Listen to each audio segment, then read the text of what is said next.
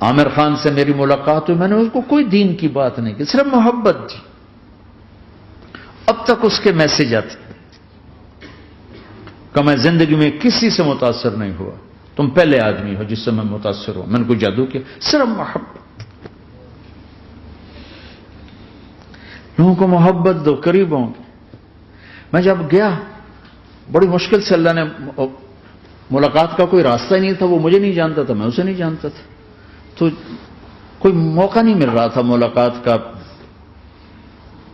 تو اللہ نے شاہد آفریدی کو بھیج دیا.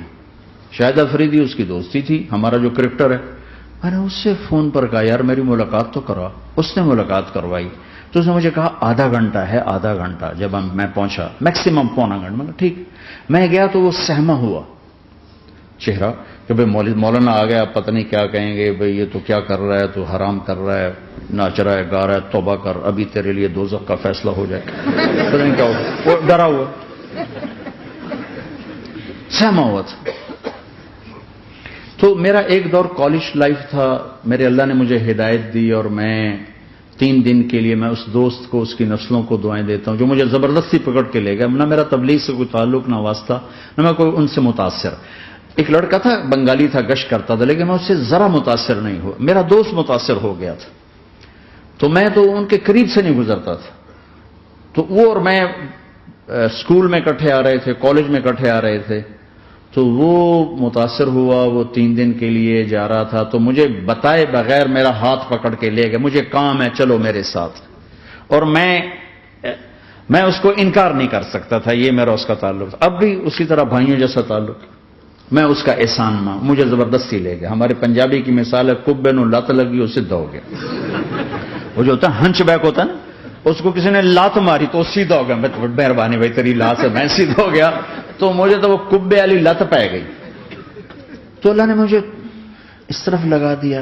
اور جب میری کالج لائف, میں نے کالج کا بہترین سنگر تھا, اسکول کا بہترین, یہ جنید جمشید کیا ہے جو اس زمانے میں یہ سارا کو اٹھایا میں نے سارا کیا ہے. تو اب وہ بیچارہ ایسے بیٹھا ہوا. تو میں نے اس سے بیٹھتے فلموں کی باتیں شروع کر دی.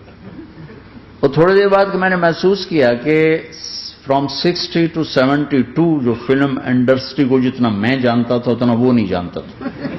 تو اس کے اوپر میرے علم کا روپ پڑ گیا. اس کی لائن کا علم تھا نا. تو حیران پریشان, یہ واز تو ہو نہیں رہا. تو کبھی دلیپ کمار کی باتیں شروع ہو گئیں, کبھی راج کپور کی شروع ہو گئی, اور کبھی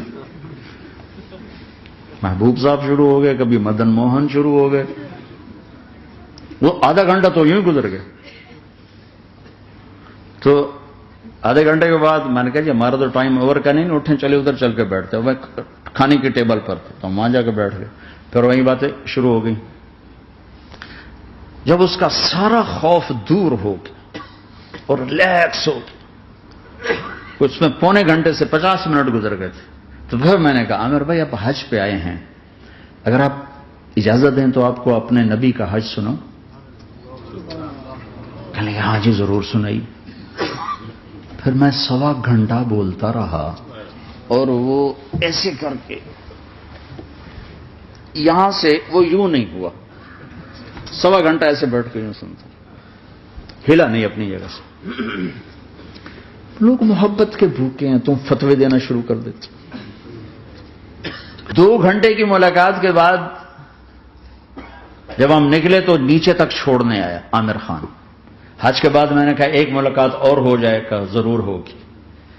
پھر اس کا میسج آیا کہ میں مدینے چلا گیا ہوں, معذرت چاہتا ہوں. میں نے کہا میں مدینے آ جاؤں گا, میں مدینے پہلے ہو آیا تھا حج سے پہلے. تو اس نے کہا کہ آپ 14 تاریخ کو آ جائیں, 4 سے 6 کا ٹائم میں نے آپ کے لیے رکھا ہے. تو میں جنید اور ایک اور ساتھی ہم دوبارہ وہاں چلے گئے. 4 بجے 4:15 ہم اس کے ساتھ ہماری شوٹنگ شروع ہوئی. 4:15 سے 10:15 تک 6 گھنٹے مسلسل. اور اس کے ماتھے پہ ذرا نشان نہیں آیا کہ میں بور ہو رہا ہوں. اور اس کے بعد ہم اٹھے, اس کا جی نہیں چاہ رہا تھا کہ ہم اٹھ کے چلے جائیں. محبت. پھر ایک امتحان پڑ گیا. میں اجتماع میں تھا ریمنڈ کے پچھلے سال. اس کا میسج آ گیا میری فلم تلاش آ رہی, اس کی کامیابی کی دعا کرو. لے بھائی اے چنگی بات. میں نے کہا اب کیا کروں؟ جواب دینا بھی ضروری، دعا بھی نہیں ہو سکتی، کیا کروں؟ تو جب وہ میسج آیا تو میرے سامنے کوئی 10-12 علماء بیٹھے تھے. میں نے کہا بھائی یہ میسج ہے، اس کا جواب دو. کہا جی یہ ہمارا فیلڈ نہیں تمہارا ہے، تو ہی جواب دے. میں سارا دن سوچتا رہا، مجھے کوئی جواب سمجھ میں نہیں آیا کہ جان بھی بچ جائے، جواب بھی چلا جائے. پھر اگلا دن بھی گزر گیا، مجھے کچھ سمجھ میں نہیں آیا. میں عصر کا وضو کر رہا تھا، ایک دم اللہ نے ایک مضمون دل میں ڈالا. تو میں نے فوراً بیٹھ کر اس کو میسج کیا کہ عامر بھائی جو کریٹو ہوتا ہے نا ذہن، یہ اللہ کسی کسی کو دیتا ہے. تخلیقی ذہن یہ اللہ تعالیٰ کسی کسی کو دیتا ہے، ہر ایک کو نہیں دیتا. اور یہ اللہ کی بہت بڑی عطا ہوتی ہے.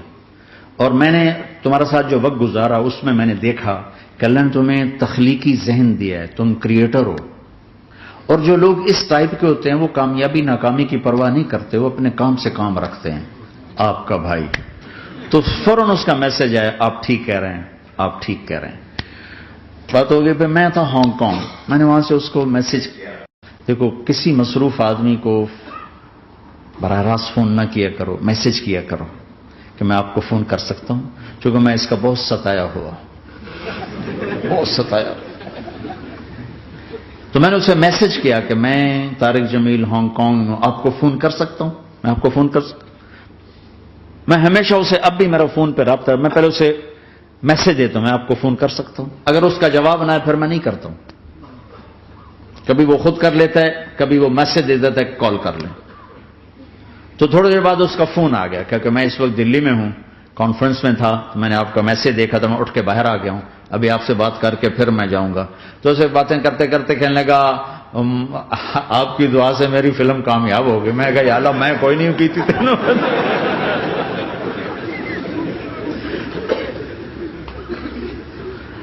بھائیو محبتیں بانٹو، نفرتیں تو پہلے ہی بہت پھیل چکی.